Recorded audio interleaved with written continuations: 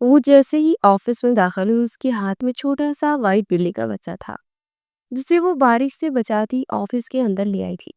سبھی نے حیران نظروں سے اس نوابن کو دیکھا جو یہاں تھی تو امپلائی، لیکن اس کی ٹھاٹ پاٹ نواب والے تھے کیونکہ وہ نواب خاندان سے تعلق رکھتی تھی۔ انایا یہ سب کیا ہے؟ آمنہ نے حیرت سے آنکھیں پھیلاتے ہوئے دیکھا۔ یہ بلی کا بچہ، وہ وائٹ سا سفید روئی والا چھوٹا سا بلی کا بچہ اس وقت انایا کے ہاتھوں میں سہما سا سب کو ٹکر ٹکر دیکھ رہا تھا۔ بٹ یار، تم اسے آفس میں کیوں لے آئی؟ مومنہ نے سر پکڑے ہوئے سے دیکھا۔ تو پھر کہاں لے کر جاتے اس کو ہم؟ انایا نے منہ بناتے ہوئے پوچھا تھا۔ تمہیں ابان سر کا پتہ نہیں؟ انہیں جانوروں سے سخت الرجی ہے۔ اس کو تم باہر نہیں کرو گی تو انہوں نے ہم سب کو پنشمنٹ دے دینی ہے۔ مومنہ نے سے دبے ہوئے انداز ہوتا۔ ایسے کیسے پنشمنٹ دے دیں گے؟ چھوٹے سے بلی کے بچے سے ان کو الرجی کیا ہے؟ محسن بھائی، جی انایا بھی، جلدی سے کپ میں تھوڑا سا دودھ ڈال کر لائیں، ہم نے اس مانو کو پلانا ہے، تھوڑا سا گرم بھی کیجیے گا۔ دیکھے تو بیچاری کو کتنی ٹھنڈ لگ رہی ہے۔ وہ نرم دل کی لڑکی ایسی ہی تھی کہ انسان کیا جانور سبھی کے درد اپنے دل میں رکھتی تھی، کیونکہ اس کا اپنا دل بہت بری طرح دکھا ہوا تھا۔ بلی کو دودھ پلا کر اس وقت وہ آفس کے کام کرنے کے بجائے اس کے ساتھ کھیل رہی تھی۔ اسے اپنی گود میں بٹھایا اسے گرمائش دے رہی تھی کیونکہ ٹھنڈ ایک دم بڑھ گئی تھی۔ سبھی انایا کو اس کے حال پر چھوڑتے اپنے کام کی جانب متوجہ ہوئے کیونکہ یہ نوابن کسی کی نہیں سنتی تھی۔ اسے ارشد خان کی طرف سے خاص چھوٹ دی گئی تھی۔ ارشد خان ابان خان کے والد محترم تھے جنہوں نے انایا کو اس آفس میں جاب دی تھی۔ ابھی وہ بلی خود کو بہت ایکٹیو محسوس کر رہی تھی اور انایا کے ہاتھوں سے نکل کر اچھل کود کرنا چاہتی تھی کہ ذرا سا انایا کا دھیان ہٹا اور بلی اس کے ہاتھ سے نکل گئی۔ مانشو، کم بیک، مجھے پکار رہی تھی، پر مانشو کو بھی اب پھرتی چڑھی ہوئی تھی۔ وہ کبھی اچھل کر ایک ٹیبل اور کبھی دوسرے ٹیبل کے نیچے گھس جاتی تو کبھی کسی کی گود پہ چڑھ جاتے، لیکن ہاتھ کسی کے نہیں آ رہی تھی۔ وہ سب کے ساتھ کھیل رہی تھی اور اس وقت پورا آفس اس بلی کی وجہ سے ڈسٹرب ہو چکا تھا جسے انایا اپنے ساتھ اندر لے آئی تھی۔ سر آ رہے ہیں پیون نے آ کر اطلاع دی تو سبھی کے سانس خشک ہونے لگے۔ تو ابان خان کا انتہا کا غسیلا اور روڈ قسم کا وہ بندہ تھا۔ جتنا وہ خوبصورت اور ہینڈسم تھا اتنا ہی اس کے اندر غصہ بھرا ہوا تھا۔ کچھ دن پہلے اس نے اپنے بابا کے ابروڈ جانے سے پہلے یہ کمپنی ان کے ہینڈ اوور کی تھی، ورنہ وہ زیادہ عرصہ ابروڈ ہی رہا تھا۔ اسے پاکستان میں رہنا اور ایڈجسٹ کرنا کافی مشکل لگ رہا تھا۔ اوپر سے اس آفس کی ایک لڑکی نواب افضال مرزا کی بیٹی، اس نے ابان کی ناک پہ دم کر رکھا تھا اور سب ورکرز میں سے چھوٹی تھی اور بزنس کی ارے پہ بھی نہیں جانتی تھی، پھر بھی اسے ایک پرکشش سیلری مل رہی تھی اور کام بھی وہ ہر الٹا کرتی تھی۔ اسے ہینڈل کرنا ابان کو دنیا کا سب سے مشکل ترین کام لگتا تھا۔ ہر روز وہ کچھ نیا کرتی تھی اور آج تو وہ ابان کو دن میں تارے دکھانے والی تھی۔ ابان اندر داخل ہوتے سبھی کی نگاہیں اس پر ٹکی، سبھی اپنی جگہ پر الرٹ ہوئے۔ وہ نک سک ہتھیار اپنی پین کی ایک پاکٹ میں ہاتھ ڈالے، سب پر ایک تارانہ نگاہ ڈالے آگے بڑھنے لگے، ایک دم ٹھٹا۔ مانشو، میری پیاری مانشو، باہر آ جاؤ۔ جہاں سب الرٹ کھڑے تھے وہیں ایک نسوانی آواز ٹیبل کے نیچے سے سنائی دی۔ ابان کے قدم وہی تھم گئے، لب پیچھے خود پہ ضبط کیا۔ سبھی کی نگاہ بیک وقت انایا پہ اٹھی جس بلی کے بچے کو اٹھائے کھڑی ہوتی مسکرا رہی تھی کہ اگلے ہی پل اس کے لبوں سے مسکراہٹ ایک دم سمٹی۔ سامنے ابان کھڑا اسے سلگتی نگاہوں سے گھور رہا تھا۔ کیا ہو رہا ہے یہ سب؟ وہ ایک بلی کے بچے کو آفس میں دیکھ کر اتنی اونچی آواز میں دہاڑا کہ ڈر کے مارے وہ بلی کا بچہ اس کے ہاتھ سے جمپ لگاتا۔ پھر سے سب کو تیگنی کا ناچ نچانے لگا۔ ابان کا غصے سے برا حال ہونے لگا۔ محسن، جی سر، اس بلی کے بچے کو نکالو آفس سے فوراً۔ وہ دہاڑا کہ انایا بھی جو دوبارہ اس بلی کو پکڑنے کی کوشش میں ہلکان ہو رہی تھی اپنی جگہ تھم گئی۔ وہ بلی کا بچہ آگے تھا اور محسن پیچھے پیچھے۔ بالآخر وہ پکڑا گیا۔ لے جاؤ اسے یہاں سے، دور چھوڑ کر آؤ۔ وہ محسن کو دیکھ کے اپنا غصہ ضبط کرتے دھیمی آواز میں چلایا، محسن بھائی رکے پلیز۔ انایا نے فوراً اپنی کیپ شال اتارتے محسن کی جانب بڑھائی۔ اس کی حرکت پر ابان کو مزید تب چڑھی کہ لڑکی آخر کیوں اتنی بیوقوف ہے، نسوانیت کی بھی پرواہ نہیں کر رہی۔ ابان نے نظریں پھرتے سب کو ایک نگاہ دکھا۔ سب اپنے کام میں بزی تھے، کسی نے جرت نہیں کی کہ وہ نظر اٹھا کر انایا کو بھی دیکھ لیتا۔ مانشو کو اس میں لپیٹ کر لے جائے، باہر بہت ٹھنڈ ہے۔ وہ نازک سی لڑکی اب خود بھی لرز رہی تھی، لیکن اسے بلی کے بچے کی فکر ہو رہی تھی۔ محسن نے ایک نظر ابان کو دیکھا کہ وہ حکم نامہ جاری کرے۔ ابان کی نگاہ اس کیپ شال پہ اٹھی اور وہ لپیچ گیا۔ لے جاؤ۔ اس وقت وہ مزید تماشا افورڈ نہیں کر سکتا تھا۔ مس عنایا، کم ان مائی آفس۔ وہ محسن کو سخت پوری سے نوازتا عنایا کو بولتا اپنے کو کیبن کی جانب پڑ گیا۔ عنایا اچھی سے دوپٹہ اوڑھے سر پر لیے اس کے پیچھے کیبن میں داخل ہوئی۔ آج وہ یلو فراک میں چھوٹی سی گڑیا لگ رہی تھی۔ اس کا متناسب سراپا اس چھوٹے سے دوپٹے کے حالے میں چھپ ہی نہیں رہا تھا، اور اب تو وہ کھڑی لرز بھی رہی تھی۔ شال لے کر کیوں نہیں آئی؟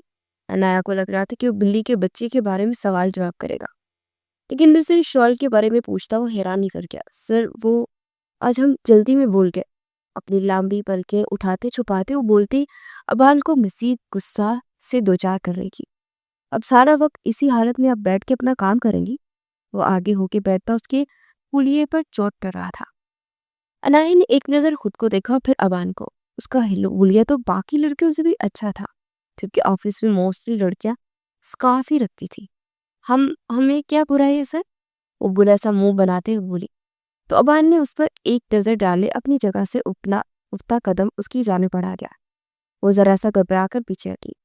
یوں تو وہ گھبرانے والوں میں سے نہیں تھی، لیکن ابان کے سامنے نہ جانے اسے کیوں ٹھنڈے پسینے آنے لگتے تھے۔ اس کی نظروں کی تیز دھاڑ عنایا کو کسی تیز آلے کی طرح کاٹتی تھی۔ آپ کی خوبصورتی عیاں ہو رہی ہے مس عنایا، افضال مرزا، اور ایک لڑکی کے لیے ڈوب مرنے کا مقام ہوتا ہے جب اس کی خوبصورتی محرم کے علاوہ کوئی اور دکھے۔ وہ اتنے دھیمے اور سرد لہجے میں بول رہا تھا کہ عنایا کی ریڑھ کی ہڈی میں سنسنی سی دوڑ گئی تھی۔ غیر ارادی اس کا ہاتھ اپنے دوپٹے کی جانب پڑا اور مزید پھیلا کر وہ لینے لگی۔ آئندہ بنا شال کے نہ دیکھوں میں آپ کو۔ اور یہ بلی کے بچے والی حرکت کیا تھی؟ ہاں، آپ نے یہ مت سمجھنا کہ میں بھول گیا ہوں۔ وہ واپس اپنی سیٹ پر آتا اسے دھمکا گیا۔ آپ نے ہمیں ڈانٹے مت، ہم نے کچھ غلط نہیں کیا۔ آپ نے ظلم کرتے اتنی ٹھنڈ میں مانچھوں کو باہر نکال دیا۔ وہ اس وقت آپ کے بچے کے ساتھ کرے تو؟ اس کی بات سنتا وہ غش کھا کر گرنے والا تھا۔ وہ اس بلی کے بچے سے اس کے بچے کو ملا رہی تھی، جس کا ابھی دور دور تک کوئی اتا پتہ ہی نہیں تھا۔ شادی ہوتی تو بچے آتے ہیں نا مس عنایا، آپ کی زبان بہت ہی زیادہ چلتی ہے، اسے بند رکھا کریں۔ جب آپ سے کھولتی ہے سوچ سمجھ کر کھولا کریں۔ اسے غصہ سے گھور رہا تھا۔ ایک طرف تو اس سے چڑنے کی باتیں کرتا تھا اور وہ چراتی بھی تھی، جبکہ دوسری طرف اس کی فکر میں بھی گھل رہا تھا۔ اس احساس کو وہ سمجھ ہی نہیں پا رہا تھا یا سمجھنا ہی نہیں چاہتا تھا۔ تبھی دروازے پر دستک ہوئی اور ابان کی اجازت سے ماریا اندر داخل ہوئی۔ سر، یہ آپ نے منگوایا؟ ایک پارسل ابان کی جان پڑا ہے۔ ابان نے اسے ٹیبل پر رکھنے کا اشارہ کیا۔ وہ ایک نظر سامنے کھڑی عنایا پر ڈالتی وہ بسور کے باہر نکل گئی۔ ابان نے اٹھتے ہوئے اس پیکٹ کو کھولا اور اس میں ایک خوبصورت پشمینہ کی شال دیکھتے عنایا کی آنکھیں دھنگ رہ گئی۔ اس کی جانب بڑھتا اس کے گرد اس کو اوڑھا گیا۔ عنایا تو بس اسے دیکھتی رہ گئی۔ ابان کی نگاہیں بھی اس ہیزل گرین آنکھوں سے ٹکرائی تھی۔ کچھ پل تو یوں ہی خاموشی کی نظر ہو گئے کہ ابان کے نمبر پر کال آنے لگی۔ نظریں ہٹاتا پیچھے ہٹا اور واپس اپنی سیٹ پر آتا کال ریسیو کرنے لگا۔ مس عنایا، یو میں گو ناؤ۔ پھر سے وہی سپاٹ انداز۔ عنایا شال کو اپنے گرد اچھے سے لپیٹتی باہر کی جانب قدم بڑھانے لگی کہ پھر رک گئی۔ سر، اس کی جو بھی قیمت ہے آپ ہماری سیلری سے کاٹ لیجیے گا۔ اس کی باریک سریلی آواز پر ابان نے اسے گھور کر دیکھا۔ قیمت؟ مس عنایا افضال، تمہاری آدھی سے زیادہ سیلری کٹ جانی ہے۔ وہ سر جھٹکتا کال پر متوجہ ہوا۔ خان کسی لڑکی کی آواز تھی۔ کون ہے یہ لڑکی؟ فون پر دوسری جانب خانم بی بی تھی۔ اس سے پہلے کہ ابان سے بات کرتی انہوں نے ایک نسوانی آواز سنی اور ابان سے اس کے بارے میں پوچھنے لگی۔ کوئی نہیں خانم بی، آفس میں کام کرتی ہے، آپ بتا سب خیریت ہے؟ آج صبح ہی فون کرتی ہے؟ وہ گھڑی پر وقت دیکھتے ہوئے پوچھنے لگا۔ تمہارے آغا جان ملنا چاہتے ہیں، خان آ کر مل لو ان سے۔ لہجہ نم ہوا تو ابان کے لب پیچھے۔ کچھ پل توقف کے بعد وہ گہرا سانس کھینچ گیا۔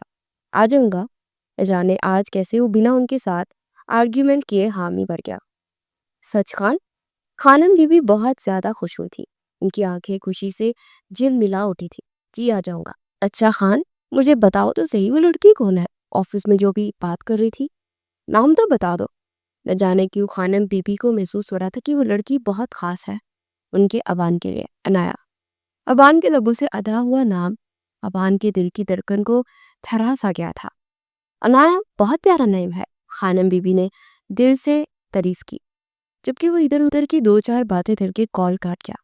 گہرا سانس بھرتے وہ گزرے وقت کو یاد کرنے لگا۔ مہروشہ اس کی فرسٹ کزن اور ایکس وائف تھی، جو اس کے نکاح میں تھی اور رخصتی سے پہلے ہی بھاگ گئی تھی، پاکستان آ گئی تھی، کیونکہ اسے ابان سے زبردستی نکاح کروایا تھا، اور وہ ابان کو نہیں، اس کے کزن اسفند یار خان کو پسند کرتی تھی اور اسی سے شادی بھی کرنا چاہتی تھی۔ اور یوں اس نکاح کو ختم کرنا اتنا آسان نہیں تھا۔ پاکستان میں اس نے آغا جی کی خان حویلی میں پناہ لی، جو اسفند اور ابان دونوں کے دادا جان تھے اور مہروشہ کے نانا جان۔ اور پھر آغا جان نے اس کی غیرت کو للکارا تھا۔ جب آغا جان نے اسے مہروشہ کو طلاق دینے کا کہا، اس کا خانوں والا خون جوش مارنے لگا۔ اس دن بہت فساد پڑا۔ وہ مہروشہ کو جان سے مار دینا چاہتا تھا، لیکن طلاق نہیں دینا چاہتا تھا۔ بھلے وہ اس سے محبت نہیں کرتا تھا، پر وہ اس کی نکاح میں تھی۔ کیسے اس کی غیرت گوارا کرتی کہ وہ اپنی منکوہا کو طلاق دے دیتا، اور وہ بھی اس کی بھائی اس کے چچا کے بیٹے سے نکاح کر لیتی۔ اس کا جی چاہا اسفند اور اسے دونوں کو گولی مار دے، پر آغا جان نے سارا معاملہ اپنے انڈر لے لیا اور کتنی مشکل سے ابان کو راضی کیا جو مہروشہ کو طلاق دے دے۔ انہوں نے اپنی پگڑی اتار کر اس کے قدموں میں رکھی، چاہی تو وہ کانپ اٹھا۔ آغا جان نہیں چاہتے تھے کہ ان کی اولاد یوں ایک دوسرے سے دست و گریباں ہو اور خون خرابہ ہو۔ مارنے والے بھی اپنے تھے اور مر جانے والے بھی اپنے، دونوں طرف سے انہی کا نقصان تھا۔ اور پھر طے ہوا، ابان نے آغا جان کے کہنے پر مہروشہ کو خاموشی سے طلاق دے دی اور اس کا رشتہ اسفند سے ہو گیا۔ لیکن وہ شیر ایسا خاموش ہوا کہ سب سے تعلق توڑ گیا، پلٹ کے حویلی کو نہ دیکھا اور پھر واپس دبئی لوٹ گیا۔ عرصہ بعد وہ پاکستان لوٹا تھا، اور نہ پاکستان سے اس کی بری یادیں ہی وابستہ تھی۔ آغا جان سے تعلق توڑے اسے 8 ماہ ہو چکے تھے، اور جب سے وہ ان سے تعلق توڑ کے گیا تھا تب سے وہ بستر سے لگ گئے تھے۔ انہیں احساس تھا کہ انہوں نے اپنے ایک پوتے اور نواسی کو اس کی خوشی دینے کی خاطر اپنے بڑے پوتے کا دل بری طرح دکھایا ہے، وہ پوتا جو انہیں سب سے زیادہ عزیز تھا۔ ابان ارشد خان 8 ماہ بعد اپنے آغا جان سے ملنے کو راضی ہو گیا تھا۔ خانم بی بی تو پوری حویلی کو دملوں کی طرح سجا رہی تھی۔ یہ وقت ان کی جیتے جی آ گیا تھا۔ اس بات سے وہ بہت زیادہ خوش تھی۔ ہنی، یہ شال تو آپ پہن کر نہیں گئی تھی؟ پھر اس کی والدہ نے تھوڑا سنجیدگی سے دریافت کیا تو عنایا نے مختصراً ساری بات بتا دی۔ زیبا نے اس شال کو ہاتھ لگا کر چیک کیا، وہ کافی قیمتی تھی، کل واپس کر دینے۔ بنا لمبی بات کی کہ تحمید باندھے وہ عنایا سے بولی، امی جان ہم نے انہیں کہا ہے، لیکن وہ اس شال کی قیمت ہماری سیلری میں سے کاٹ لے، اور یہ بھی کہ وہ کتنی پیاری۔ عنایا نے معصومیت سے کہا، جتنا کہا ہے اتنا کرے، کل یہ انہیں واپس کرے، بات ختم۔ ماں کے آگے وہ کم ہی بولتی تھی، جبکہ اس کے بابا کی ڈیتھ ہوئی تھی وہ تھوڑا سخت مزاج ہو گئی تھی، اور عنایا تو کبھی کبھار اریٹیٹ ہو جاتی تھی، پر ماں کے سامنے بولنے کی جرات نہ کرتی تھی۔ ایک وقت تھا کہ اس کے بابا اس کی ہر خواہش کو پورا کرتے تھے، لیکن ایک کار ایکسیڈنٹ میں ان کی ڈیتھ ہو گئی تھی۔ اس کے بعد بابا کے دوست ارشد خان نے ان کو سہارا دیا۔ اس کے بابا کا سارا بزنس ٹوٹ گیا تھا، اس کے پارٹنر نے انہیں چیٹ کرتے ان کا سب کچھ دھوکے سے لے لیا، جس وجہ سے وہ اتنا اپسٹ ہوئے کہ اس کار ایکسیڈنٹ میں ان کا انتقال ہو گیا۔ ہاسپٹل لے جانے کے باوجود بھی وہ جانور نہ ہو سکے۔ ایسے میں ارشد خان نے ان کا ہر طرح سے ساتھ دیا۔ انہوں نے بہت کوشش کی کہ اس شخص کا پتہ لگا سکے جس نے ان کے بھائی جیسے دوست کو چیٹ کیا، اور وہ دھوکہ ان کی موت کی وجہ بن گیا، پر تاحال پتہ نہ لگا سکے۔ ان کی مالی مدد کرنی چاہی تو زیبا بیگم نے مدد لینے سے انکار کر دیا، اور کوئی تھا بھی نہیں جو اس کی مدد کرتا۔ بڑے گیٹ سے نکل کے وہ دونوں ماں بیٹی ایک چھوٹے سے گھر میں آ گئی تھی۔ عنایا کو ارشد خان نے اپنے آفس میں جاب دے دی، تب کہ اس صورت میں ان کی مدد کر سکے۔ اچانک سے امیر سے غریب ہونا بھی ہر کوئی برداشت نہیں کر سکتا تھا۔ ایک طرف مرد کا صاحبہ چھیننا، دوسری طرف گھر بھی چھین لینا، لائف سٹائل بھی بدل گیا۔ کھانا لگاتے زیبا بیگم نے اپنے آنسو پوچھے اور گرب سے اپنے شوہر کو یاد کیا، جس کی ڈیتھ کو 6 ماہ گزر چکے تھے، اور یوں لگتا تھا جسے کل ہی کی بات ہو۔ سال کیسے بلاؤں آپ کو؟ امی جان آپ رو رہی ہیں؟ عنایا ماں کو روتا دیکھ خود بھی افسردہ ہونے لگی۔ بس انہی آنکھوں میں کچھ چلا گیا تھا، اور نظریں چراتی ہوئی بولی، امی جان آپ پریشان نہ ہو، میں کل واپس کر دوں گی۔ وہ ماں کے آنسو پوچھتے ہوئے بولی، میں اپنی بیٹی کو ایسی ہی شال لے کر دوں گی۔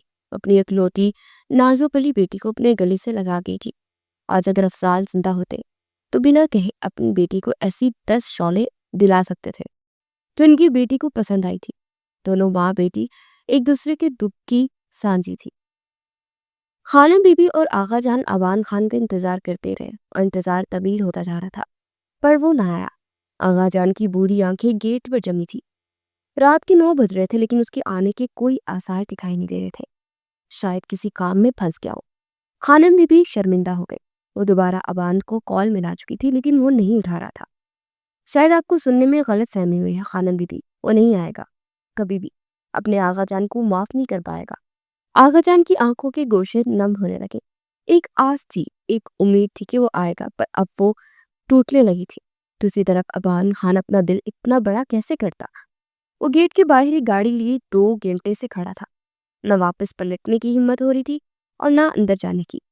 دل چاہتا تھا اندر جا کے فوراً آغا جان کو اپنے گلے سے لگا لے، چونکہ دماغ اسے ایک بار پھر سے وہی سب یاد دلا دیتا۔ اس کے قدم اندر جانے سے انکاری ہو جاتے اور وہ سیٹ کی پشت کے ساتھ ٹیک لگا کر آنکھیں موند جا کہ تبھی اس کا موبائل پھر سے بجنے لگا۔ اسے لگا خانم بی بی کی ہی کال ہے، لیکن آنکھیں کھول کے موبائل پر دیکھا تو ہنی کالنگ دکھا رہا تھا۔ اس وقت وہ کال کیوں کر رہی تھی؟ ابان خان کو حیرانی ہوئی اور کال پک کی۔ یس مس ہنی، اتنی رات کو فون کس وجہ سے؟ اس کا لہجہ تھوڑا کھردرا ہوا۔ پلیز ہماری ماما، وہ آنکھیں نہیں کھول رہی ہے، کب سے آوازیں دے رہے ہیں انہیں، سن ہی نہیں رہے، کسی کو بلائے، سمجھ میں نہیں آ رہا ہے۔ وہ روئے ہی جا رہی تھی۔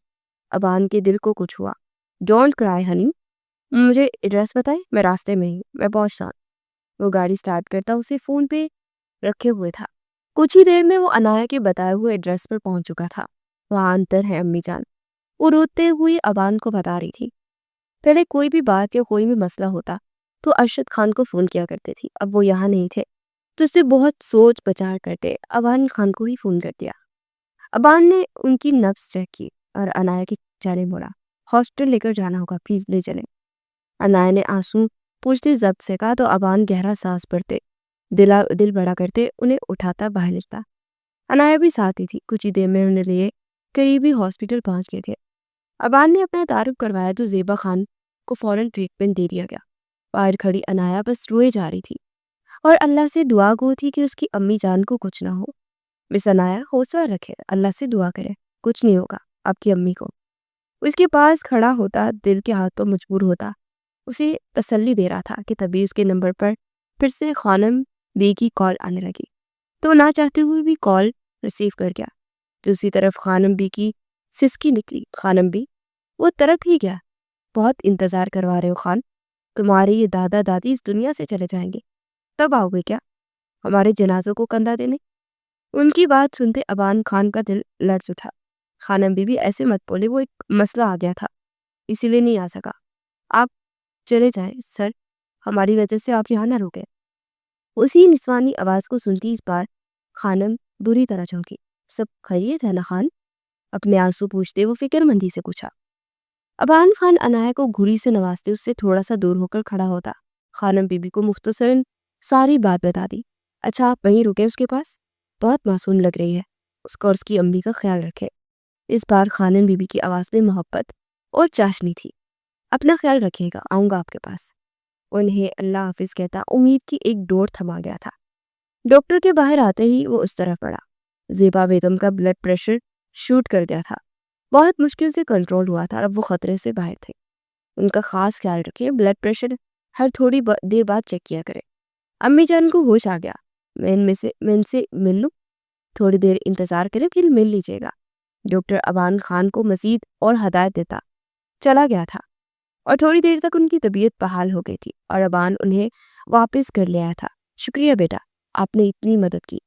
وہ ابان کو تشکر آمیز نگاہوں سے دیکھتی ہوئی بولی، اٹس اوکے آنٹی، کسی چیز کی بھی ضرورت ہو تو مجھے بتائیے گا۔ وہ بتانے سے کہتا چاہ چکا تھا، جبکہ انایا کے دل میں اپنی محبت کی کومپل کھلا گیا۔ 1000 بار کہا ہے ماں سے بدتمیزی مت کیا کرو، لیکن تمہیں ایک بار کی کہی بات سمجھ پہ کیوں نہیں آتی؟ اسفن نے مہروشا کو بالوں سے پکڑے جھنجھوڑا تو وہ سہم گئی۔ میں نے کچھ نہیں کیا، وہ بولنا چاہ رہی تھی لیکن اسفن نے اسے زور کا دھکا بستر پر دیا کہ کچھ بول ہی نہ پائی۔ پہلو پہ ہاتھ رکھ کے وہ تڑپ گئی. خبردار جو میری مورے کے بارے میں کوئی کوہر افشانی کی تو. ایک تو تمہیں بیاہ کر اس گھر میں لے آیا، عزت دی، تم جیسی بھاگی لڑکی کو، اور تم اپنا آپ اس طرح میرے گھر والوں پر عیا کرو گی؟ جان نہ لے لوں گا میں تمہاری. کیوں گئی تھی ننگے سر تم اکرم خان کے سامنے؟ اکرم خان اسفند یار خان کا دوست تھا، جو تھا تو مردان خانے میں، لیکن غلطی سے وہ اندر زنان خانے میں آ گیا. جب اس کی نگاہ مہروشہ پر اٹھی، اتنی خوبصورت لڑکی کو دیکھ کر وہ ٹھٹک ہی گیا تھا. حالانکہ مہروشہ اسی وقت اپنا چہرہ ڈھانپے وہاں سے اپنے کمرے کی جانب بڑھ گئی، پر اس کی ساس نے بڑھا چڑھا کر یہ بات اسفند کو بتائی. اور اب اس کی کم بختی آئی ہوئی تھی. اس کی 2 ماہ کی پریگننسی تھی، جس کو اس کی ساس نے اسفند کو بتانے سے منع کیا تھا. اور اس سے کیا چاہتی تھی مہروشہ کو نہیں پتا تھا، لیکن یہ بھی ایک حقیقت تھی کہ اسفند بدل گیا تھا. وہ باقی خانوں کی طرح اب اسے اپنی عزت، اپنی غیرت سمجھتا تھا. انسان نے کچھ پوچھ رہا ہوں میں تم سے، جواب دو. اس کے چہرے پر درد کے آثار نظر انداز کرتے اسے واپس سیدھا کرتا کھڑا کرتا دہاڑا. اسفند، ہمارا بچہ. وہ پہلو پہ ہاتھ رکھ کے ہچکی بڑھ گئی. اس کے الفاظ سنتا وہ سکتے میں آ گیا.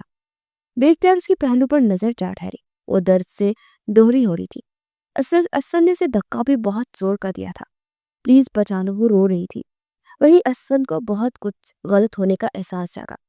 وہ فوراً مہروشہ کو باہوں میں بھرے باہر لایا اور بنا کسی سے کوئی بات کیے اسے گاڑی میں بٹھاتا دیوانوں کی طرح گاڑی کو ہاسپٹل کے روڈ پر بگا رہا تھا.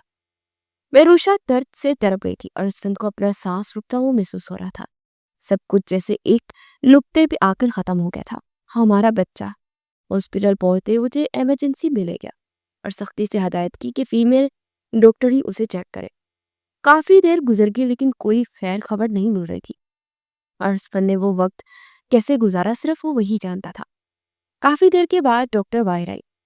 شکر کریں بچہ بچ گیا، ورنہ تھوڑی ہی دیر اور ہوتی تو ماں اور بچے دونوں کو بچانا ناممکن ہو جاتا. آپ ان کی کیئر کریں، یہ فزیکلی کافی ویک ہے، ان کی ڈائٹ کا خاص خیال رکھیں اور کچھ طاقت کی میڈیسن دیتی ہوں، آپ انہیں بر وقت دے دیں. ڈاکٹر کی بات پر اسفند نے اپنی مٹھیاں سختی سے بھیجی. دل ہی دل میں اللہ کا شکر ادا کیا کہ اس کا بچہ بھی ٹھیک ہے، مہروشہ بھی. پر اسے ایک دم مہروشہ پر غصہ بھی آیا. جس نے کیوں نہیں بتایا اسے یہ بات چھپائی. وہ 2 گھنٹے بعد اسے لیے گاڑی میں بٹھائے گھر واپس جا رہا تھا، جبکہ چہرہ بالکل سپاٹ تھا. مہروشہ سر جھکائے آنکھیں مونڈے بیٹھی تھی. ایک پل کو اپنے بچے کو لے کر وہ بھی ڈر گئی تھی. مجھے بتایا کیوں نہیں؟ اتنی بڑی بات کی چھپائی مہرو؟ وہ اپنا غصہ ضبط کرتے ہوئے بولا. وہ ذرا سا اس کی جانب رخ کرتے دیکھنے لگی. سچ آپ سن نہیں سکتے اور جھوٹ پیٹ سے بولا نہیں جائے گا. سی آج کتنے عرصہ بعد وہ دونوں ایک دوسرے کو محبت کے دیے ناموں سے پکار رہے تھے. مہرو بات کو گھماؤ مت، یہ بچہ میرا ہے اور اس کے بارے میں جاننے کا مجھے پورا حق ہے. تم نے کیوں نہیں بتایا؟ آپ کی مورے نے منع کیا تھا. وہ بھی فوراً بولی. اسفند نے جھٹکے سے گاڑی روکی. کیا بول رہی ہو؟ مورے کیوں منع کریں گی؟ ہوش میں تو ہو تم؟ اس کی بات پر مہروشہ تلخیہ ہنسی ہنستی. جانتی تھی آپ کبھی یقین نہیں کریں گے، پر یہی سچ ہے. وجہ میں نہیں جانتی. وہ اپنے لب بھیج گئی. اسفند نے اسے گھورتے ہوئے گاڑی واپس سٹارٹ کی. وہ اسفند کو بتا نہ سکی کہ اس کی مورے نے تو اسے زہر دینے کی کوشش کی تھی، پر وہ بچ گئی. اب وہ جان بوجھ کر ایسے حالات پیدا کر رہی تھی کہ اسفند اس پہ ہاتھ اٹھائے اور کسی نہ کسی طرح اس کا حمل ضائع ہو جائے. اور وہ کرب سے اپنی آنکھیں بند کر گئی. ارے کہاں رہ گئے تھے؟ کتنی دیر لگا دی آپ نے آنے میں؟ سب خیریت تھی نا؟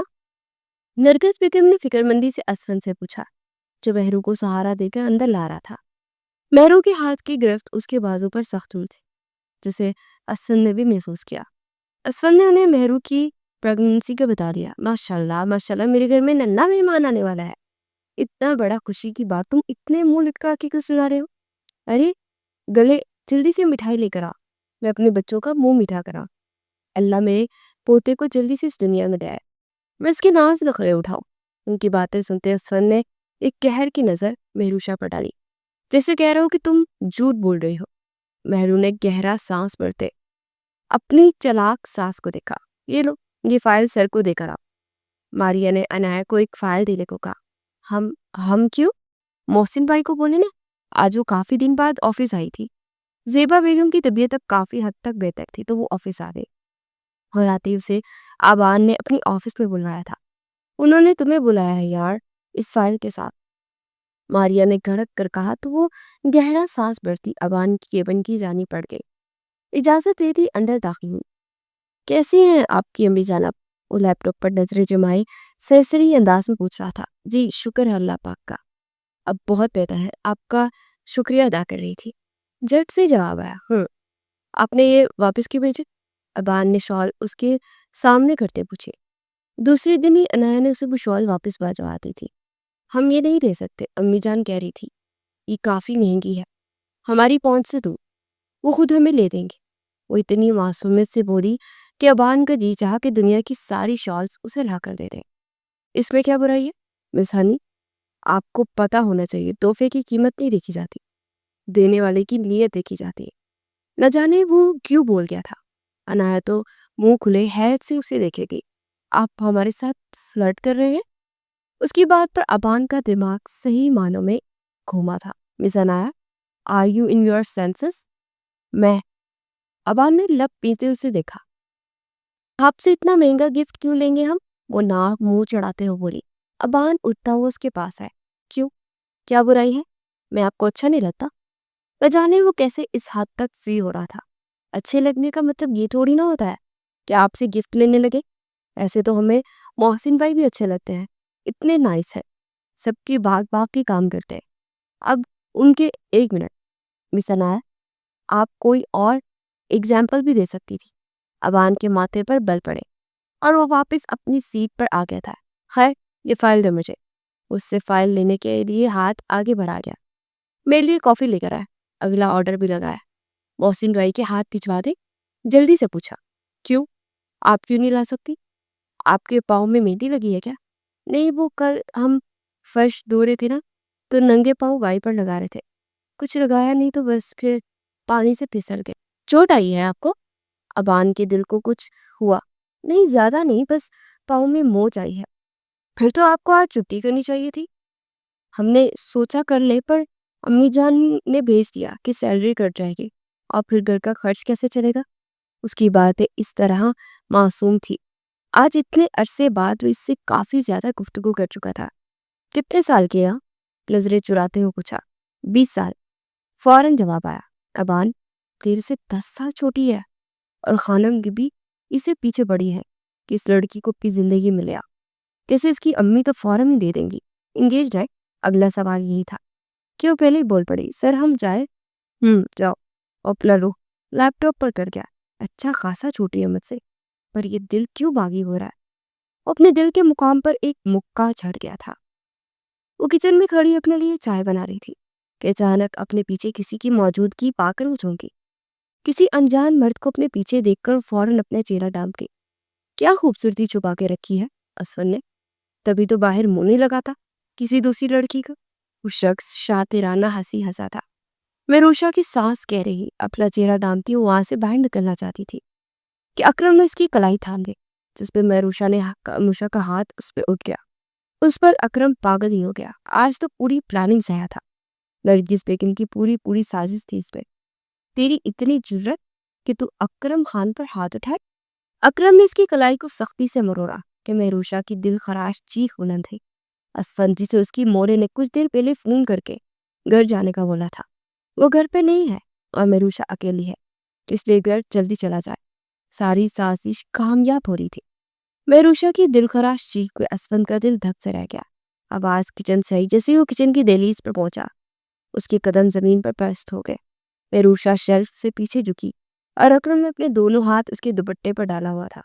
کسی پل مہروشا نے گرم چائے کی پانی کی کیتلی اپنے ایک ہاتھ سے اٹھاتے اکرم کے منہ پر اچھالی۔ وہ طرف کے پیچھے ہٹا، کچھ چھینٹے مہروشا پہ بھی گرے۔ اکرم غصہ سے پاگل ہوتا تب پہنچا، لیکن اسفن نے بیچ میں آتے اس کے قدم روک دیے۔ اس کی کلائی پکڑ کر اتنی زور سے مروڑی کہ پوری حویلی میں اس کی چیخیں گونجنے لگی۔ وہ تڑپ رہا تھا۔ چھوڑو مجھے، میرا قصور نہیں، تیری بیوی نے بلایا تھا کہ گھر اکیلی ہوں، آ جا، تجھے دیکھ کر رنگ بدل گیا اس نے۔ اکرم منہ سے غلاظت والی باتیں بک رہا تھا کہ مہروشا اپنی کلائی کو تھامے بے یقینی سے اسے دیکھے گی۔ وہ جھوٹ بول رہا تھا۔ خبردار جو میری بیوی کے بارے میں ایک غلط لفظ بھی بولا تو تیرا سر دھڑ سے الگ کر دوں گا۔ اسپن اتنی اونچی آواز میں دہاڑا کہ مہروشا نے سہم کر کان بند کر لیے۔ اسے مارتا ہوا باہر لے کر گیا۔ گارڈ بھاگتا ہوا اندر آیا۔ کہاں مرے ہوئے تھے تو یہ اندر کیسے آیا؟ اسفل نے گارڈ پر دہاڑتے ہوئے کہا تو وہ بھی ڈر کے رہ گیا۔ سر باتھ روم گیا تھا، گارڈ نے کپ کپاتے ہوئے بولا، جبکہ اکرم بے ہوش ہو چکا تھا۔ اس کے ناک منہ سے خون بہ رہا تھا جس نے پورے ذہن کو رنگ دیا تھا۔ اس کی بازو کی ہڈی کو توڑ کے اس نے رکھ دیا تھا۔ اٹھاؤ اس گند کو اور لے جا کر اسے بند کر دو، بھوکا پیاسا رکھو، دوبارہ کبھی خان کی عزت پر آنکھ نہ ڈال سکے۔ اسفل نے پاؤں کے ٹھوکر سے اکرم کو زوردار لات ماری اور وہ گیٹ کے پاس لڑکتا چلا گیا۔ گارڈ نے فوراً سے وہاں سے باہر نکالا اور اپنی شدید غصہ اور مشکل کو کنٹرول کرتا کچن کی جانے پڑا، جہاں مہروشہ ابھی بھی ساکت اپنی جگہ پر اپنی کلائی دبوچے کھڑی تھی۔ درد سے اس کی جان نکل رہی تھی۔ اسفی، میں نے نہیں بلایا، وہ جھوٹ۔ مہروشہ بری طرح سہم گئی تھی۔ اسے اس فن سے پہلے اتنا خوف کبھی نہیں آیا تھا۔ اسے یہی لگا تھا کہ اس شخص کو مارنے کے بعد اسفن اب اسے مارے گا۔ اسفن نے دھیرے سے اس کی کلائی تھامی تو وہ سسک اٹھی۔ اس کی آنکھوں میں جھانکتے وہ اس کے نزدیک ہوا کہ مہروشہ کا سانس سا رک گیا تھا۔ دھیرے سے اس کے گالوں سے آنسوؤں کو چنتا وہ اسے اپنے ہونے کا مان بخش رہا تھا۔ وہ مکمل اس کی طرف متوجہ تھی۔ ہر درد کی دوا بن گیا تھا وہ۔ عجیب مسیحائی محبت تھی کہ کوئی درد اب محسوس ہی نہیں ہو رہا تھا۔ اس ایک لمس کو کتنے عرصے سے وہ بھلا بیٹھی تھی، آج اس ایک لمس نے زندگی بخش دی تھی۔ اس کی آنکھوں میں پھر لمس بکھیرتا ایک دم سے اس کی کلائی کو سیدھا کر دیا کہ وہ چلا اٹھی۔ بے یقینی سے اسفن کو دیکھا جس نے اگلے ہی لمحے اسے اپنی باہوں میں بڑھتے روم کی جانب قدم بڑھائے۔ وہ اس کی باہوں میں سمٹ رہی تھی۔ اسے بیک گراؤنڈ سے ٹیک لگوائے وہ فرسٹ ایڈ باکس نکال رہا تھا اور اس کی جلے ہاتھوں پر آؤنٹمنٹ لگانے لگا۔ آپ کو مجھ پہ بھروسہ ہے نا اسفن؟ وہ نم آنکھوں سے پوچھنے لگا۔ پاگل ہو تم؟ بیوی ہو میری، جانتا ہوں میں تمہیں، سر سے پیر تک صرف میری ہو۔ اسے اپنی سینے سے لگا گیا تو وہ رو دی۔ آج اگر آپ وقت پر نہ آتے تو کیا؟ میری بیوی اتنی کمزور نہیں، شیرنی ہے، شیرنی۔ یاد رکھنا، جب عزت کی بات آئے تو ایسے ہی شیرنی بن جانا، مار ڈالنا۔ تمہارا یہ شیر تمہارے ساتھ کھڑا ہے۔ اس کی ماتھے پر عقیدت بھرا بوسہ دیتا اپنی ہونے کا مان بخش رہا تھا، اور اس پر مہروشہ دل سے اسفن کے سینے میں سمائی تھی۔ اسی ایک اعتبار کے لیے تو وہ جی رہی تھی، اور اسفن کیسے اسے بتاتا کہ وہ اپنی ماں کی اصلیت جان گیا ہے، جنہوں نے 5 ماہ سے اس کی آنکھوں پہ پٹی باندھ رکھی تھی۔ آج وہ کھل چکی تھی اور وہ دل ہی دل میں مہروشہ سے شرمندہ تھا، لیکن اپنی ماں کے لیے کچھ غلط نہ بول سکا۔ وہ اس وقت گارڈن ایریا میں تھا، بلوٹوتھ لگا کسی پروجیکٹ کے سلسلے میں بات کرتا چکر لگا رہا تھا کہ ایک کال نے اسے ڈسٹرب کیا۔ کال عنایت ہی تھی۔ وہ مسٹر جبار سے ایکسکیوز کرتا کال کاٹ گیا۔ رات کے پہر فون کرنے کا مقصد کہ کوئی پریشانی نہ ہو، یہی سوچتے وہ فوراً کال ریسیو کر گیا۔ کیا ہوا عنایت، ٹھیک ہو؟ وہ فوراً سے بولا، اور وہ جو غصے میں اسے کیا کچھ سنانے والی تھی ایک پل کو چپی رہ گئی۔ ہیلو عنایت، سن رہی ہو؟ آئی یو اوکے؟ اس کے لہجے میں فکر مندی نمایاں تھی۔ یس، ہم ٹھیک ہیں۔ آپ نے ایسا کیوں کیا؟ وہ خفا ہوں۔ میں نے کیا کیا؟ زیادہ انجان مت کرے، آپ کی خانم بی بی آئی تھی آپ کا رشتہ لے کر۔ وہ اب کی بار تھوڑا غصہ سے بولی۔ خانم بی بی آپ کی طرف؟ وہ جتنا حیران ہوتا کم تھا۔ انہیں ایڈریس کہاں سے ملا؟ زیادہ معصوم مت بنے سر، ہمیں سب پتا ہے آپ کا کیا در آئیے۔ وہ ناک منہ چڑھاتے ہوئے بولی تھی۔ اچھا چلو یوں ہی صحیح۔ پھر وہ اس کی بات میں موبائل کو کھا جانے والی نظروں سے دیکھنے لگی۔ آپ بہت بڑے فلیٹی ہیں، شرم نہیں آتی ایسی کسی انجان لڑکی کے گھر رشتہ بھیج دیا بنا اس سے پرمیشن لیے؟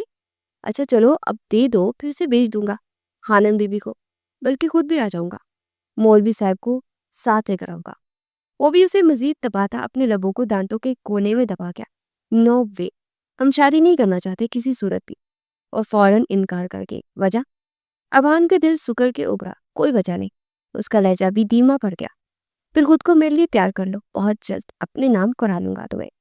ایسا ہو ہی نہیں سکتا، وہ بھی پختہ لہجہ اپناتے ہوئے بولی۔ ایک پل کو ابان ڈگمگایا۔ کیوں؟ نہ چاہتے ہو بھی سوال کر ڈالا۔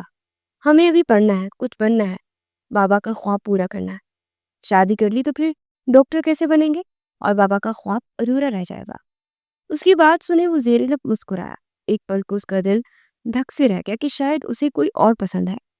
تمہارے سب خواب میں پورے کروں گا۔ اس کی بات پر پہلی بار ہنی کا دل زوروں سے دھڑکا۔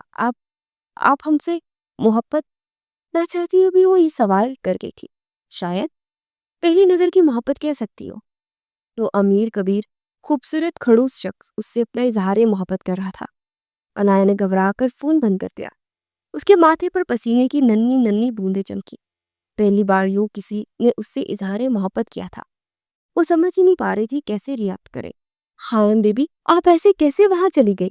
وہ صبح آفس کے لیے تیار ہوتا ساتھ فون پہ خانم بی بی سے بھی بات کر رہا تھا۔ بیٹا چل کے نہیں گئی، گاڑی پہ گئی تھی، جواباً وہ ہنستی۔ ایڈریس کہاں سے مل گیا؟ ایک بار مجھ سے پوچھ تو لیتی نا۔ ایسے ہی ایک دم ان کے گھر جانا مناسب نہیں لگا نا۔ وہ تھوڑا اپسیٹ ہوا۔ بیٹا انہوں نے مجھے اچھے سے عزت کی ہے، اس کی والدین سے تو میں پہلے بھی مل چکی ہوں جب افضال زندہ تھا، تو اپنی بیوی کو لے کر اکثر حویلی آیا کرتا تھا۔ اللہ جنت نصیب کرے، بہت شریف اور نیک طبیعت کا حامل انسان تھا۔ آمین۔ آپ کو انہوں نے ہاں کر دی؟ وہ درکتے دل سے پوچھ رہا تھا۔ نہ کا سوال ہی پیدا نہیں ہوتا، آخر میرا پوتا ہے، خانوں کا بڑا بیٹا، کیسے انکار کرتی؟ بلکہ وہ کہہ رہی تھی کہ 1 ہفتے تک نکاح کر لیں۔ واٹ؟ اتنی جلدی؟ ابان نے ماتھا مسلا۔ ہاں بیٹا، ان کا اس دنیا میں کوئی ہے ہی نہیں، بیٹی کے لیے بہت پریشان ہے، بیچاری کی طبیعت بھی ٹھیک نہیں رہتی نا۔ خانم بی بی دکھ سے بولی۔ چلے میں آفس سے واپس آ کر آپ سے بات کرتا ہوں۔ آغا جان کیسے ہیں؟ اتنے عرصے سے بات نہیں ہو پائی تھی، آپ خود پوچھ بھی لینا بیٹا، بہت یاد کرتے ہیں تمہیں۔ ان کا لہجہ ایک دم رول گیا۔ اللہ حافظ۔ وہ کال بند کر گیا۔ کہتے ہیں وقت بہت بڑا مرہم ہے، لیکن اس کا یہ زخم منمل ہونے کی بجائے ناسور بن گیا تھا۔ اس کی غیرت پہ کڑا وار ہوا تھا جو اب تک وہ برداشت کر رہا تھا۔ کبھی کبھی جی چاہتا تھا مہروشہ اور اسکن دونوں کو جا کر گھولی سے ملا دے، لیکن پھر آغا جان کی دی قسم کی وجہ سے وہ خود کو قابو کر لیتا۔ ان 8 ماہ میں اس نے نہیں دیکھا تھا، نہ دیکھنا چاہتا تھا۔ وہ خان ہاؤس میں رہتے تھے، جبکہ ارشد خان اور ابان خان اپنے بنگلے میں اور آغا جان حویلی میں، سبھی ایک دوسرے سے جدا تھے۔ ارشد خان کی واپسی اسی ہفتے متوقع تھی، انہیں بھی ابان نے اطلاع دے دی تھی۔ اس بات سے وہ بے حد خوش ہوئے تھے۔ ابان نے جیسے ہی آفس پہ قدم رکھا سب الرٹ ہو گئے۔ وہ اندر آیا اور اس نے انائے کی خالی سیٹ دیکھی تو دل جسے برا ہوا، آواز نہیں آئی تھی۔ وہ موسٹلی امپلائیز نے اسے کنکھیوں سے دیکھا تھا، اپنے کیبن کی جانب بڑھتا چلا گیا۔ آج تو عنایت کئی کام سے، ماریا نے کومل کے کان میں کچھ ہوئے کہا۔ کیسے ہی وہ کیبن میں داخل ہوا، آفس کا برا حال دیکھتا وہ دروازے میں ہی اٹک گیا۔ ہر چیز بکھری ہوئی تھی، کچھ بھی اپنی جگہ پر نہ تھا۔ ابان کو لگا جیسے آفس میں زلزلہ آیا ہو۔ ٹیبل پر موجود سب سامان فائلز ادھر ادھر بکھری اس کا منہ چرا رہی تھی۔ ابھی وہ کچھ سمجھنے کی کوشش کرتا کہ ٹیبل کے نیچے سر نکالتی، وہ حیران نظروں سے اسے دیکھا اور اسی پل دونوں ہی تھم گئے تھے۔ انایا کے ہاتھ میں وہی چھوٹا بلی کا بچہ تھا، جسے دیکھ ابان کا غصہ پھر اڑایا۔ کیا بدتمیزی ہے یہ، کیا حال بنا دیا تم نے میرے آفس کا؟ وہ اس قدر بھڑکا کہ اسی پل انایا کے ہاتھ سے بلی کا بچہ چھوٹ کر پھر سے کہیں نیچے جا چھپا۔ انایا نے سہم کر ابان کو دیکھا، اسے امید نہیں تھی کہ آج ہی اتنی جلدی آ جائے گا، تو بلی کے بچے کو آج باہر سے ٹھنڈ میں بیتتا دیکھ انایا اپنے ساتھ لے آئی تھی۔ پر اس بلی کے بچے نے آج سیدھا ابان کی کیبن کا رخ کیا تھا اور اس طرح بکھیرا ڈالا تھا کہ انایا اب تک بکھیرا دیکھ کر شرمندہ ہو رہی تھی، جبکہ ابان کی لال غسیلی آنکھیں دیکھتے وہ سہم کر کچھ بول ہی نہ پائی۔ اپنا لیپ ٹاپ ایک طرف پٹکتے والے انداز میں رکھتا وہ انایا کی جانب غصے سے پیش قدمی کر گیا۔ ہاؤ ڈیئر یو، ہمت کیسے اس بلی کے بچے کو میرے آفس میں لانے کی؟ پاس آ کر چلانے سے انایا نے جلدی سے اپنی آنکھیں مینچ لی۔ آنسو تپ تپ آنکھوں سے بہنے لگے۔ وہ مزید کچھ سخت کہتا، لیکن اس کے آنسو دیکھتا خود پہ ضبط کر گیا۔ پر وہ اپنی آفس کی حالت دیکھتے اس کا خون کھول اٹھا تھا۔ جب سے آفس میں آئی ہو سب کچھ بگاڑا ہے، کوئی ڈنگ کا کام نہیں کیا آج تک تم نے۔ وہ اپنا غصہ چاہ کر بھی کنٹرول نہیں کر پا رہا تھا۔ اس کی بات پر انایا نے اپنی آنکھیں جٹ سے کھولی۔ ابان کو آنکھیں شکوا کرتی دکھائی دی اور اس کی اس طرح دیکھنے پر ابان کے ماتھے پر بل پڑے۔ ایک تو سب کچھ خراب کر کے رکھ دیا، اوپر سے شکوات بھری نگاہوں سے اسی پر گاڑی ہوئی تھی۔ وہ اپنا ماتھا مسلنے لگا۔ انٹرکام پہ زلفی کو بلایا کہ پورا آفس ٹھیک کرے اور بلی کے بچے کو ڈھونڈ کر بہت دور چھوڑ کر آئے۔ ہمیں آپ سے شادی نہیں کرنی۔ اچانک سے میں نے عقب سے ہنی کی روتی گلوگیر آواز سنتے ہو چونکا اور وہ اس کی طرف رخ پھیرا۔ اس وقت آفس میں صفائی کا کام شروع ہو گیا تھا اور ان کے سامنے ابان کوئی تماشا نہیں بنانا چاہتا تھا، اس لیے اسے کلائی سے تھامے آفس سے منسلک روم میں لیا تھا۔ کیا کہا؟ پھر سے بولنا۔ اس سے 2 قدم کے فاصلے پر کھڑا ہوتا، کیا ہے پرسانے والے لہجے میں پوچھ رہا تھا۔ ہمیں ڈرائے مت، ہمیں امی جان کے پاس جانا ہے۔ وہ ہچکی بڑھتے ہوئے بولی، بیچتا ہوں تمہیں امی جان کے پاس؟ جرت کیسی ہوئی شادی سے انکار کرنے کی؟ وہ ایک قدم کے فاصلے پر آیا تو وہ سہم کر پیچھے ہٹے۔ آپ آپ ظالم ہیں، آپ ایک بلی کے بچے کے ساتھ اتنی دشمنی، کل کو اپنے بچوں کے ساتھ کیا سلوک کریں گے آپ؟ اس کی بے وقت مثال پر ابان اس کا منہ دیکھے گیا۔ دل نے عجیب انداز میں دھڑکنا شروع کر دیا۔ سامنے کھڑی لڑکی کتنی سکون سے بچوں کا ذکر کر رہی تھی، اور بچوں کا نام سنتے ابان کا چہرہ ایک دم لال ہوا۔ جب وقت آئے گا نا تو دیکھ لینا کتنے پیار سے رکھوں گا۔ وہ اب کی بار ذرا دھیمے انداز میں بولا تھا۔ جھوٹ، آپ کو بچوں سے پیار ہی نہیں ہے۔ وہ ناک رگڑتے ہوئے آنسو بہاتے ہوئے بولی، اب بنا شادی کے بچوں سے پیار کیسے کرو؟ حضور میں رونا بند کرو۔ اتنا بھی نہیں ڈانٹا میں نے۔ اب کی بار وہ کافی دھیمے اور نرم لہجے میں کہنے لگا، ہمیں وہ بلی کا بچہ چاہیے۔ اسے نرمی اختیار کرتے دیکھ وہ فوراً اپنا مدعا بیان کر گئی۔ نو وے پری، اس گدے کے بچے نے میرا پورا آفس خراب کر دیا۔ ابان نے دہائی دی، گدے کا نہیں، وہ بلی کا بچہ ہے، اب بہت کیوٹ ہے، وہ کھیل رہا تھا، تھوڑا سا شرارتی ہے لیکن ہمیں پسند ہے۔ وہ گہرا سانس بھرتے ملتجائی انداز میں بولی، میں کیوں دلانے لگا وہ بلی کا بچہ تمہیں؟ تم تو شادی سے انکار کر گئی ہو۔ ابان نے سینے پر بازو باندھتے ہوئے بولا، نہیں، ہم اپنا انکار واپس لیتے ہیں، آپ مانشو ہمیں واپس لوٹا دیں۔ اس کا بازو تھامے لجاجت سے بولی تھی۔ اس کا یوں قریب آ کر مان بھرے لہجے میں تنا ابان کو سٹل کر گیا۔ کچھ پل تو دونوں ایک دوسرے کو دیکھتے رہ گئے کہ تبھی موبائل پر رنگ ہوئی۔ سر، آفس کلیئر ہے، اس بلی کے بچے کو محسن کے حوالے نہیں، زلفی اسے کہیں مت لے کر جانا، اس کے لیے ایک لکڑی کا چھوٹا سا گھر بنوا لاؤ۔ جی سر۔ زلفی کافی حیران ہوا، اسے جانوروں سے سخت الرجی تھی، اور یہ بات زلفی اچھے سے جانتا تھا، اور آج وہ بلی کے بچے کے لیے ووڈن ہاؤس بنوا رہا تھا۔ یہ تو معجزہ ہی ہو گیا۔ آپ کتنے اچھے ہیں، وہ بے اختیاری اپنی خوشی کا اظہار کرتے ابان کے گال پر لب رکھ گئی۔ ابان کے دل کی دنیا ہی جل تھل ہو گئی تھی۔ بی ان یور لیمٹس، وہ غصے سے بولا تو وہ سہم گئی۔ ابھی ایسا کوئی تعلق نہیں بنا کہ تم مجھے، اور یہ تعلق صرف محرم رشتوں میں ہو اچھا لگتا ہے۔ سوری، وہ جذبات میں آ کر یہ کر گئی تھی، پر فوراً اپنی وہ غلطی مان گئی۔ وہ اسی لیے باہر آیا جہاں اس کا مانچو اس کا ویٹ کر رہا تھا۔ اس کی ہونے والی بیوی کو بلیوں سے عشق تھا، اور وہ جانوروں سے اتنا ہی کوسوں دور بھاگتا تھا۔ اب اللہ بہتر جانتا تھا کہ یہ جوڑی آگے چل کر کیا دھماکہ ڈالنے والی تھی۔ رک جائیں مورے، اس سے پہلے کہ نرگس بیگم مہروشہ کو زہر کا انجیکشن لگا دی، اسفند کی بروقت آمد پر ان کا ہاتھ پہلو پر گرا۔ ایک اذیت تھی۔ مہروشہ کی آنکھیں آنسوؤں سے لبریز تھی۔ ہر ممکن کوشش کرتی تھی وہ خود کو اپنے اس بچے کو ان ظالموں سے بچا رہی تھی، لیکن نرگس بیگم نے اپنے نرس کو بلوا کر یہ کام کرنا چاہا تھا، جو بری طرح ناکام ہوا تھا۔ اس نرس نے مہروشہ کو سختی سے دبوچ رکھا تھا کہ اسفند کی تیز نظروں سے خائف ہوتی وہ مہروشہ کو چھوڑ گئی۔ مہروشہ لڑکھڑائی تھی لیکن ہمت نہیں ہاری، اور لڑکھڑاتے ہوئے اسفند کی جانب بڑھنے لگے۔ اسفند، اس لڑکی کو ابھی اسی وقت طلاق دو، یہ میرا حکم ہے۔ بازی الٹتے دیکھ نرگس بیگم نے فوراً لٹکارتے لگا، جبکہ وہ مہروشہ کو اپنے سینے پہ بیچ گیا۔ بہت خاموشی سے اس کو اپنے سینے سے لگائے سمیٹ رہا تھا۔ مہروشہ کو لگا کہ اس تپتی زمین پر اس کا سائبہ اسے مل گیا ہے۔ اسفند نے حواس کھو دی، مہروشہ کو اپنے سینے سے لگائے رکھا۔ اسفند، سنا نہیں تم نے؟ اس بھاگی ہوئی لڑکی کو ابھی اسی وقت طلاق دو، ورنہ میں تمہیں اپنا دودھ نہیں بخشوں گی۔ وہ جا رہا نا انداز میں بول دی اسفند کو جھنجھوڑ کے رکھ گئی۔ بس مورے، بس، اب ایک اور لفظ ہے، مہرو میری بیوی ہے، میری ہونے والے بچے کی ماں، اور آپ میری بیوی اور بچے کو ہی مارنے چلی تھی؟ کیسی ماں ہے آپ؟ وہ دکھ سے بولا۔ اسفند، یہ گندا کون مورے، اب اگر ایک اور غلط لفظ آپ نے میری بیوی یا بچے کے بارے میں کہا، آپ میرا مرا ہوا منہ دیکھیں گی۔ اس کے اتنے سخت گیر الفاظ پر نرگس بیگم سہم گئی۔ آج صرف دکھ ہو رہا ہے کہ میں آپ کا بیٹا ہوں، وہ سخت الفاظ کہتا باہر نکل گیا۔ صرف کمرے سے نہیں، وہ کمرے سے ہی باہر نکل گیا تھا۔ یہ کہاں جا رہے ہوں؟ نرگس بیگم نے اس کے پیچھے لپکی تھی، لیکن وہ مہروشہ کو گاڑی میں بٹھاتا لے کر جا چکا تھا۔ ایک ہی اکلوتا بیٹا تھا ان کا، اور آج وہ بھی ان سے دور جا رہا تھا۔ وہ آنسو بہاتے اور اسے پچھتانے کے علاوہ اور کچھ نہ کر سکے۔ مہروشہ کو لیے وہ خان حویلی آیا تھا، اپنی آباء و اجداد کی حویلی میں، اپنے آغا جان اور خانم بیوی کے پاس، لیکن یہی جانتا تھا کہ وہاں سب کچھ بدلا ہوا ہے، وہاں پر زندگی کا دائرہ شاید تنگ ہو جائے۔ آغا جان، خانم بی بی اور ارشد صاحب بہت خوشی سے اپنے لاڈلے بیٹے کی خوشی کر رہے تھے۔ آغا جان سے مل کے ان کو گلے سے لگاتا سب کچھ بلا گیا تھا۔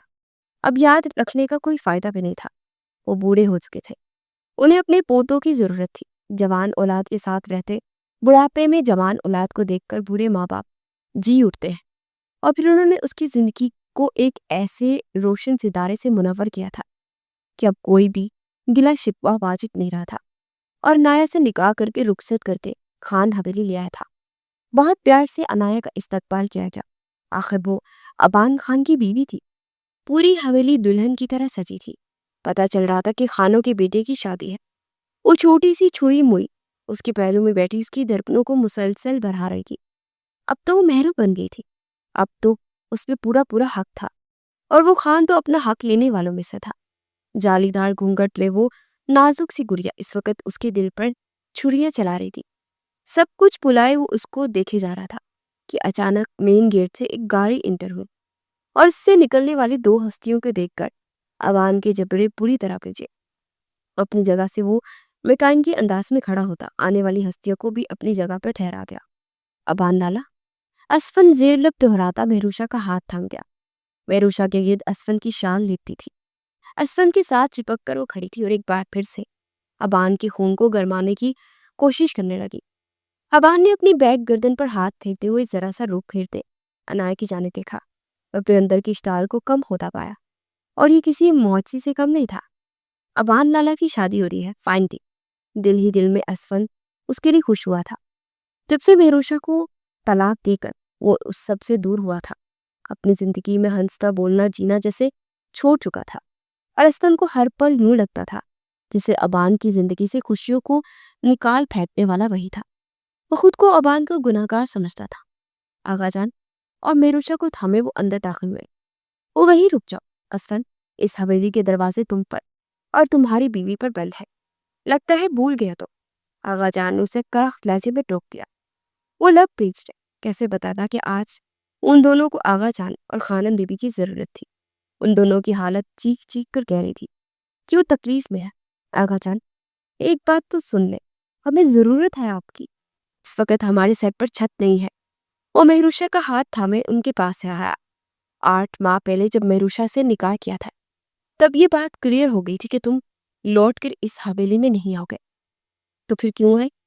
آج میرے پوتے کی زندگی کی اتنی بڑی خوشی ہے، آج اس نے اپنے آغا جان کی طرف اپنا دل صاف کیا، آج مجھے میرا ابان واپس ملا، تو پھر اسے چھیننے آ گئے۔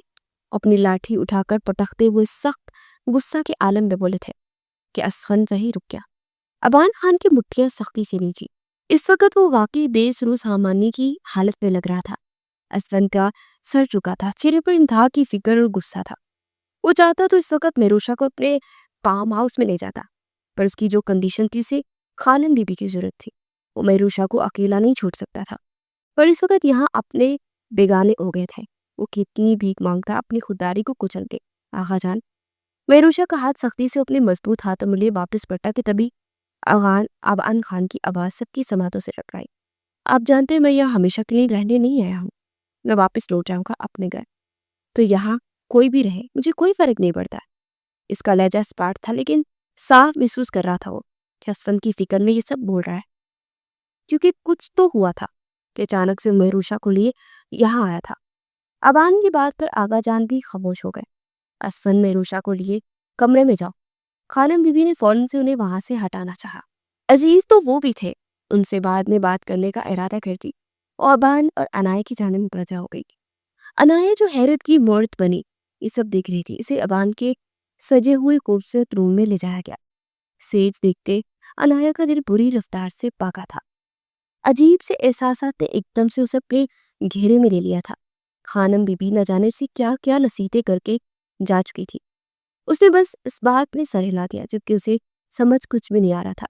گھڑی کی ٹک ٹک کے ساتھ وقت سرکتا جا رہا تھا، لیکن ابان روم میں نہیں آیا تھا، اور اس کا انتظار کرتے کرتے عنایا بیک گراؤنڈ سے ٹیک لگائے آنکھیں موندے سو گئی۔ آغا جان، وہ مشکل میں ہے، اسے مت نکالے گا۔ ابان کی بات پر اسے دیکھے گئے۔ خان، اس کی وجہ سے ہم نے اتنے عرصہ تمہیں کھو دیا تھا، آج جب ملے ہو تو وہ پھر سے آ گیا۔ آغا جان بس، آپ ابان کو دیکھ دیکھ کر جیتے تھے، میں بھلا چکا، آپ بھی بھول جائے۔ وہ انہیں اپنے ہونے کا مان بخشتا کافی دیر سے کمرے میں آیا تھا۔ اس کی ہنی سو رہی تھی۔ ابان خان دروازہ لاک کیے اس کے قریب آیا۔ اس کا گھونگھٹ ہٹا گیا، جو لگا جیسے چاند بادلوں کی اوٹ سے نکل آیا۔ دھیرے سے جھکتے ہوئے اس کی سبھی پیشانے پر لب رکھے کہ وہ جٹ سے آنکھیں کھولتی اسے دیکھنے لگی۔ آپ آپ کب آئے؟ ہم کب سے انتظار کر رہے تھے۔ وہ ذرا سا اوپر ہو کے بیٹھتی، نیند کی خماری میں آنکھیں لال ڈورے لیے بولتی۔ ابان کے دل کی دنیا ہلا گئی تھی۔ وہ اس کے لیے سچ سور کے بیٹھی اس کا انتظار کر رہی تھی۔ یہ احساس ہی کتنا خوش آئند تھا، وہ لفظوں میں بیان کرنا۔ وہ باری ہے، یہ لہنگا ہم اسے چینج کر لیں؟ میں مدد کر دیتا ہوں۔ ابان تو اسے کسی بات کے انتظار میں تھا، اس کے جواب کا انتظار کی اپنی خدمات پیش کر چکا تھا۔ وہ نہ کرتے لگی، لیکن ابان کے سامنے اس کی ایک پہ چلی۔ گزرتی رات میں ان دونوں نے ہی ایک دوسرے کو دل سے اپنا لیا۔ صبح وہ ڈریسنگ کے سامنے کھڑی تیار ہو رہی تھی کہ ابان نے اس کے پیچھے آتے اسے اپنے ہزار میں لیا۔ آپ کو اپنا وعدہ یاد ہے نا؟ آپ ہمیں بلی کا بچہ دلائیں گے، اس کی طرف مڑ کے لاڈ سے بولی تھی۔ ابان گہرا سانس بڑھ گیا اور اس کے من موہنے چہرے کو دیکھتے چلا گیا۔ منہ دکھائے کہ گفٹ لے چکا ہوں میں، خبردار جو بلی کا بچہ گھر میں لائی۔ وہ تھوڑا مصنوعی خفگی سے بولتا ایک گولڈ کی چین اس کے گلے میں پہنا گیا اور ساتھ ایک ڈائمنڈ بریسلیٹ بھی اس کی کلائی میں پہنا تھا۔ اپنے لب رکھ گیا، پر انایا کا چہرہ ہنوز افسردہ تھا۔ ہمیں چاہیے بلی کا بچہ، وہ منہ بناتے ہوئے بولی تھی۔ اب اپنا بچہ ملے گا نا، بلی کا بچہ بھول جا۔ اسے اپنے بازو پہ اٹھاتا کمرے سے باہر لایا تھا کہ وہ شرما کر اس کے سینے میں چھپی تھی۔ 2 سال بعد اسفندیار خان اور نیروشا کو اللہ نے ایک خوبصورت بیٹی سے نوازا اور اب وہ خان حویلی میں ہی بسنے لگے تھے، آغا جان اور خانم کے ساتھ۔ کئی دفعہ اس کی والدہ آئی، اپنے پوتے سے ملنا چاہا، لیکن اسفند نے ایک جھلک بھی انہیں دیکھ لینا دی۔ وہ اس معاملے میں سخت ہو گیا تھا، جبکہ دوسری طرف ابان اور ہنی دبئی شفٹ ہو گئے تھے اور وہ دونوں ورلڈ ٹور پر نکلے ہوئے تھے۔ انایا کی والدہ بھی خانم بی بی کی خواہش پر خان حویلی آن بسی تھی۔ خان، وہ دیکھے کیٹو کا بچہ، ایک طرف پیاری سی بلی دیکھتے ہوئے اس کے پیچھے بھاگنے لگی کہ ابان نے اس کی کمر میں ہاتھ ڈالے اسے اپنی طرف کھینچ لیا۔ خبردار، بلی بلا کیا تو اس کو اپنی گود میں اٹھائے آگے بڑھ گیا، چونکہ وہ منہ بسورتی رہ گئی، پر وہ خوش تھی ابان کی سنگت میں۔